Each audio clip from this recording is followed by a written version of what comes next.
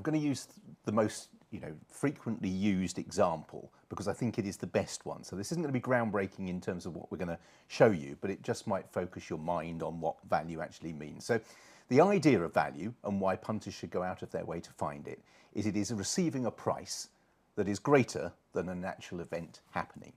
So if you believe coin, it's always the best example. Fair coin, heads and tails, even money, each of two. Yeah. So if I offered you 5 to 4 heads, it shouldn't matter whether you think it's going to be a head or not. Yeah. The value price is 5 to 4. Now, obviously, it's a finite each of two, which makes it simple. Horse racing isn't like that. So take it to the next step. Bookmakers wouldn't offer even money twice. There's nothing in it for them. So let's say they'd offer 10 to 11 twice. Yeah. And often you see that with two-runner races now.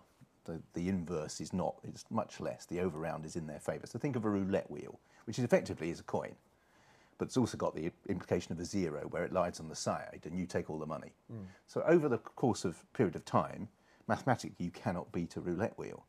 It offers you no value, and you can roll that further forward to FOBTs, as they were, fruit machines, etc., where the takeout is such that you will not beat them mathematically over time.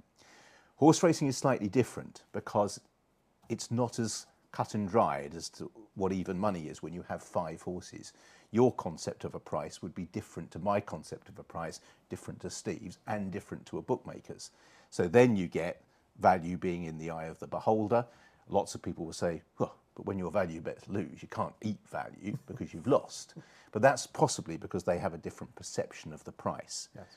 If you can overcome the bookmaker's overround, that zero on the roulette wheel, by constantly backing horses, the definition of value, whose prices are greater than their actual chances of winning over time, that's the key to longer term profit mathematically.